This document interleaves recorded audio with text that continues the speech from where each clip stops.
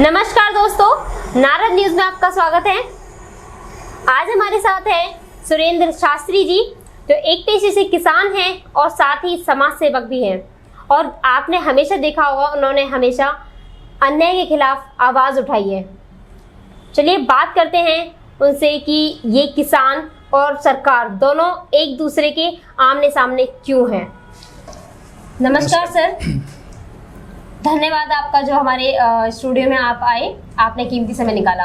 तो जो ये किसान आंदोलन चल रहा है, इसके बारे में आप क्या कहना चाहेंगे?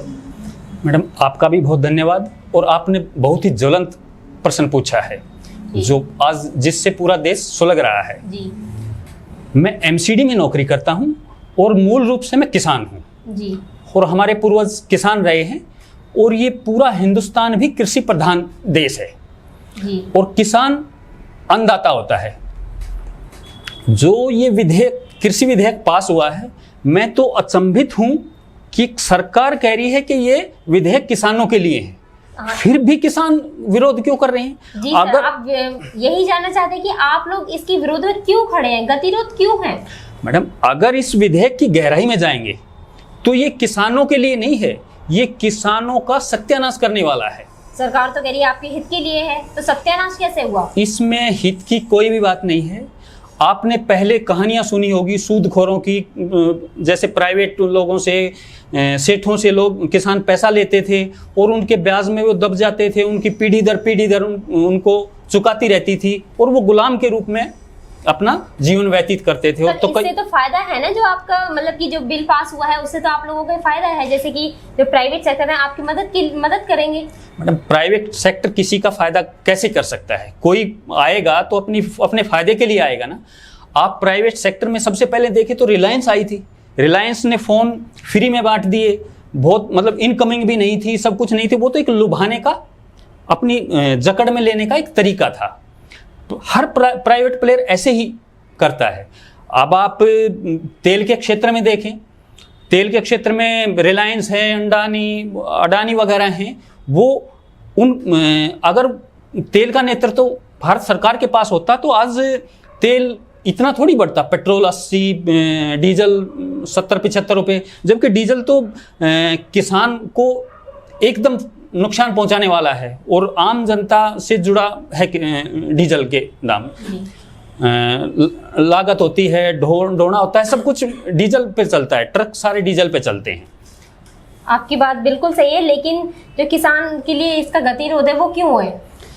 बिल्कुल विरोध है मैडम। किसानों के लिए है ही क्या, इसमें कुछ भी तो नहीं है। वो तो सहायता कर रहे हैं ना आपकी। मान लीजिए अगर आप उन्होंने बिल पास किया है तो कुछ सोच के क्या होगा कि किसानों के इसका फायदा होगा।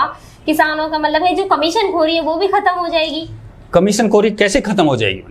जो पहली सरकारें थी, आज से 15-20 साल पहले की सरकारें थी, किसान है, किसानों का जो फसल है किसानों की, वो तो उसके पास जाकर के लेंगे ना किसानों के पास। तो इसमें तो आपके लिए फायदा है। मैंने जैसे पहले बताया था कि प्राइवेट प्लेयर अपने फायदे का काम करेंगे। आप कह रहे हो कि वो इसमें उनका क्या फायदा है? मान लीजिए अगर किसान के पास खुद लेने जा रहे हैं, सामान लेने जा रहे हैं, तो वो तो उनके पास जा रहे हैं ना, उनको तो कहीं जाना ही नहीं पड़ रहा। खुद में पहले क्या दिक्कत थी? उनका कुछ खर्चा हो रहा है। पहले क्या दिक्कत थी? पहले भी किसान स्वतंत्र था, वो अपने अपने खेतों से बेच देता था, उसका जहां मर्जी थी वहां बेच देता था। और अगर उसे मंडी में भी लेके जाना होता था सामान, तो मंडी में उसके सिर्फ ट्रैक्टर खड़े करने का और वहां पहुंचने का एक मात्र कुछ पैसा लगता था। ठीक है, बाकी सारा कुछ वहन तो खरीदने वाला करता था। तो किसान का तो पहले भी नुकसान नहीं था। अब नया क्या आ गया इसमें, बताओ? लेकिन इसमें तो ये है ना कि प्राइवेट सेक्टर आपको मतलब कि फसल बीमा कराएगी और बीज भी देगी, कीटनाशक भी, और हो सके तो पैसों की जरूरत पड़ी तो पैसे भी वो देगी। तो ये तो आपके फायदे की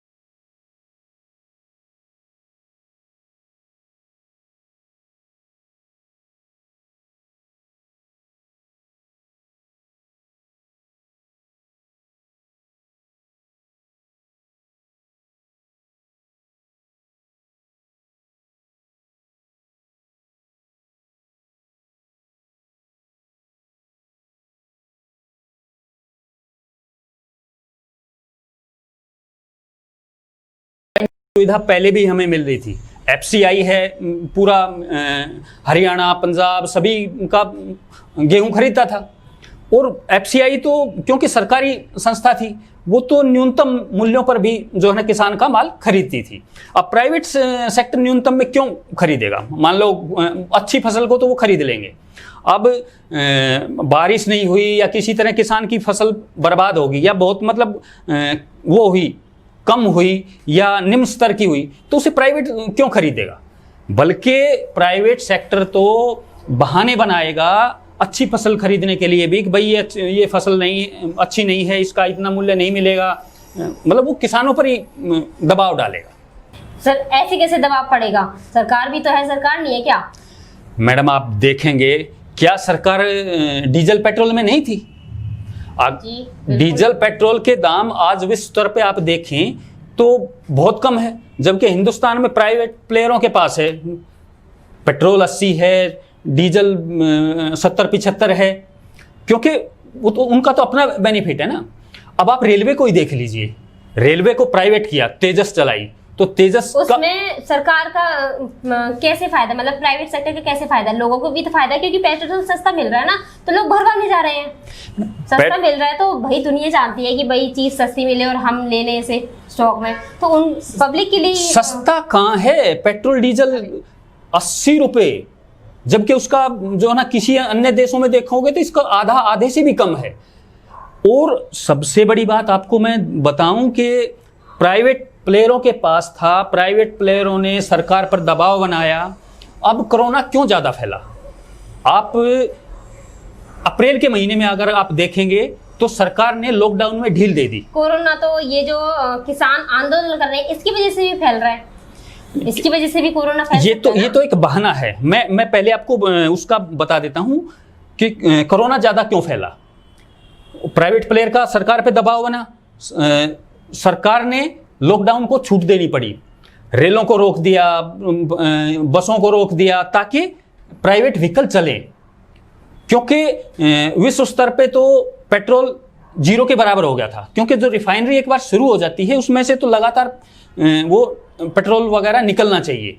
अब उनका निकलना बंद हो गया था, तो उन्होंने तो जहाँ से तेल निकलता है उनसे उन्होंने कहा कि हम आप फ्री बराबर ले जाओ, कम ले जाओ, ठीक है।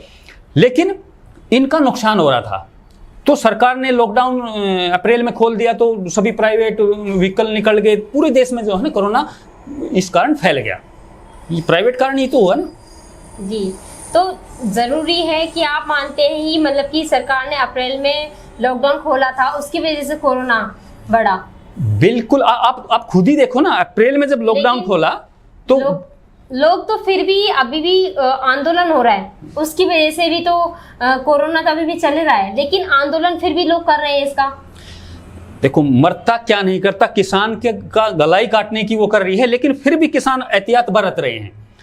ये तो किसानों को रोका जा रहा है कोरोना का वो करके, और जो इसका विरोध कर रहे हैं उन्हें देश विरोधी बताया जा रहा है। अब फांसी लग जाएगी, जब देश का अन्नदाता ही लाचार हो जाएगा तो वो क्यों नहीं आएगा। अब आपने देखा होगा कि बीजेपी की मंत्री पंजाब की थी, क्योंकि पंजाब कृषि से जुड़ा हुआ है, उन्होंने इस्तीफा दे दिया। इनके जो पार्टनर हैं वो भी इस्तीफा दे रहे हैं, क्योंकि वो लोग लगातार, वो पार्टियां किसानों से जुड़ी हुई हैं, उनको किसानों का अहित दिख रहा है। बिल्कुल आपकी बात सही है, लेकिन सरकार ने तो कुछ सोच के ही इस बिल को पास किया होगा ना। मतलब जहां तक मैं सोचता हूं, सरकार का मेन कारण है कि निजीकरण को फैलाओ। निजीकरण एक निश्चित उस तक दायरे में रखना चाहिए। अब आप रेलवे को ही ले लो, रेलवे एक निम्न स्तर से जुड़ी हुई है।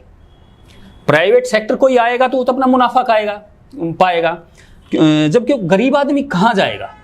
लेकिन प्राइवेट सेक्टर आएगा तो उसका भी तो देखेगा कि भाई किसान को कोई नुकसान ना हो, उसके लिए भी तो फायदा सोचेगा ना सर। किसान के लिए कोई नहीं सोचता, जो आता है अपने फायदे के लिए आता है। मैं कहता हूं कि अगर ये विधेयक पास हो गया तो आने वाले समय में किसान बर्बाद हो जाएंगे, आत्महत्या करने पर मजबूर हो जाएंगे, उनका सब कुछ छिन जाएगा। आप याद करो ना, पिछले 100 साल पहले क्या होता था, मतलब उसी दशा में किसान की हालत फिर पहुंच जाएगी। जबकि पिछली सरकारों ने किसानों के लिए बहुत कुछ किया है। किसानों को ऋण दिया, एफसीआई थी, एफसीआई क्या नहीं दे रही, अब भी तो एफसीआई दे रही है, लोन दे रही है, बीमा दे रही है, लोगों का न्यूनतम मूल्य पर खरीद रही है, और सरकार भी सहायता कर रही थी। और जो सूदखोरी मिटाने के लिए पिछली सरकारों ने किया, पिछली सरकारों ने किसानों के लिए अलग से बैंक खोले, उनकी सुविधा उनको जानने के लिए अधिकारी वो किए, लेकिन अब सब किसान तो हर बैंक में खोल सकता है ना अपना खाता, जरूरी तो नहीं कि जो एफसीआई ने खुलवाए उसी में खोलेगा। एफसीआई का मैं बता रहा हूं कि वो किसानों का बेनिफिट देखती थी। बेनिफिट तो ये ग्रामीण सहकारी बैंक हो गए या कृषि की जो सोसाइटियां होगी, वो सीधा फायदा तो वो किसान को दे रही है ना। प्राइवेट प्लेयर कैसे देंगे? प्राइवेट प्लेयर तो चूसेगा किसानों से, उनका शोषण करेगा। तो मतलब कि सर जितनी भी बात हुई उसके हिसाब से आपको लगता है ये विधेयक पास नहीं होना चाहिए, कैंसिल कर देना चाहिए, जिस हिसाब से मतलब कि आपकी खेती बाड़ी और आपका रोजगार सब कुछ तब सही चलेगा। अब ये चाहते हैं जो कि सुविधा पहले से थी और इस विधेयक में कुछ ऐसा खास नहीं है, आपका ये मानना है? बिल्कुल भी कुछ नहीं है मैडम इसमें। और मैं तो ये कहता हूं कि आज आंदोलन हरियाणा में फैला है, पूरा पंजाब सुलग रहा है। हमारे शहीद भगत सिंह जी के गांव से ये कृषि आंदोलन शुरू हुआ है और उनकी जयंती पे जो है ना इसको शुरू किया गया है। किसान जब भी उठा है उसने देश को हिला कर रख दिया है, और अब उसको फांसी लगने लगी तो किसान उठेगा, रोडों पर जाएगा, दिल्ली जाएगा। अंग्रेजों के टाइम पे भी किसानों ने आंदोलन किया था, 1988 में भी किसानों ने आंदोलन किया था। हरियाणा पंजाब का जो आतंकवाद था वह भी किसानों के बेस पे था। मैं चाहता हूं कि सरकार को इस विधेयक को नहीं लाना चाहिए। किसान लुट जाएंगे, बर्बाद हो जाएंगे, और ये किसानों के हित में नहीं है। जी बिल्कुल, धन्यवाद। आपने जो भी कहा, शायद सरकार इस पर गौर करे और दर्शक भी सोचें और दर्शक भी अपने इस बारे में ज़रूर राय बताएं कि क्या सरकार सही कर रही है किसानों के लिए या नहीं।